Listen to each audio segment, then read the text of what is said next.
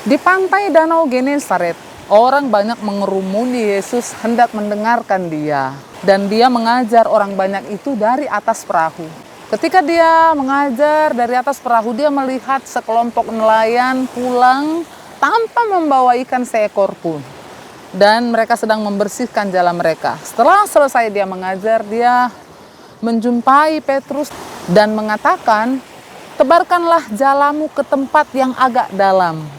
Sebenarnya Petrus menyatakan keraguannya kepada perintah Yesus untuk boleh menebarkan jalannya. Kenapa? Ada bahasa keraguan itu terlihat setelah sepanjang malam.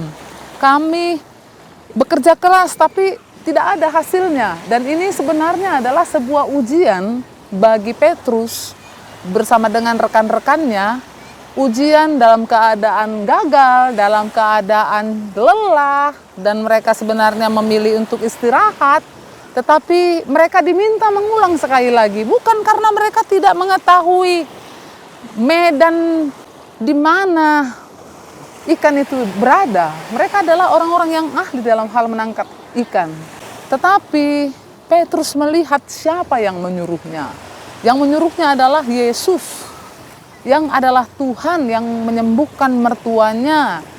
Yesus yang adalah Tuhan yang pernah melakukan keajaiban, kesembuhan. Karena Engkau yang menyuruh, baiklah kami melakukannya. Walau Petrus ragu, dia memilih taat. Walau instruksi Yesus itu kontraintuitif, Petrus tetap memilih taat. Petrus tidak bilang, "Aku lebih ngerti loh tentang tempat aku tiap hari menebar jala." Nggak usah diajarin, nggak usah dikasih tahu aku harus menebarkan jala di mana. Nggak usah, aku paling tahu loh di mana aku menebarkan jalaku. Tetapi dia memilih taat, walaupun sebenarnya ada keraguan di dalam dirinya. Petrus berusaha melunakkan logikanya, melunakkan egonya, melunakkan rasa lebih bijaknya, lebih pintar, lebih menguasai area tempat dia menangkap ikan. Dia melunakkan dirinya dan memilih taat, dan ketaatan itu ternyata membawakan hasil. Jala hampir koyak. Dan bahkan perahu itu hampir tenggelam. Ini adalah mukjizat kelimpahan bahwa Allah berkuasa atas kegagalan manusia. Allah berkuasa atas ketidakmampuan manusia. Bahkan Allah berkuasa di atas kemampuan manusia.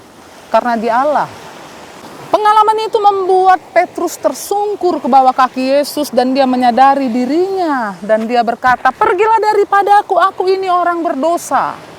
Dia melihat ketidaklayakan dan ketidakpantasannya. Lalu Yesus menjawab Petrus, katanya, "Jangan takut, mulai sekarang kamu akan menjala manusia." Benarlah bahwa Petrus dipakai Allah untuk berkhotbah di Serambi Salomo, di depan pengadilan Mahkamah Agama, dan bagaimana hidup Petrus di kemudian hari memenangkan banyak jiwa.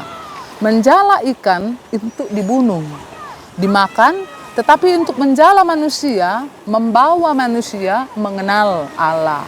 Mengundang manusia untuk datang kepada Allah, datang kepada penciptanya. Dan peristiwa itu menggerakkan Petrus dan kawan-kawan dengan sukarela mengikut Yesus. Kita memang perlu menjala ikan untuk kebutuhan keseharian kita. Kita juga perlu memikirkan kebutuhan sehari-hari kita. Tapi satu yang pasti, kita tidak hanya hidup untuk sekedar hidup, tetapi hidup orang yang sudah diselamatkan itu, keselamatan itu tidak hanya miliknya, tapi keselamatan itu menyelamatkan orang lain. Dan ketika kita sudah dijala, kita pun harus menjala orang lain. Minimal bawalah satu jiwa untuk Tuhan.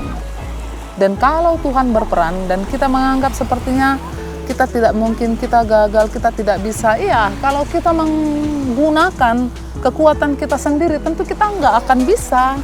Kita akan gagal. Tetapi jika Tuhan memberi perintah dan kita dipakainya, kita disuruh untuk menebarkan jala, pakailah kesempatan itu dengan baik. Siapapun bisa menjadi penjala manusia. Pertanyaannya, apakah kita terbebani? bawalah jiwa kepada Tuhan.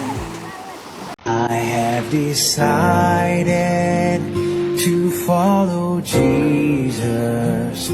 No turning back, no turning back, no turning back.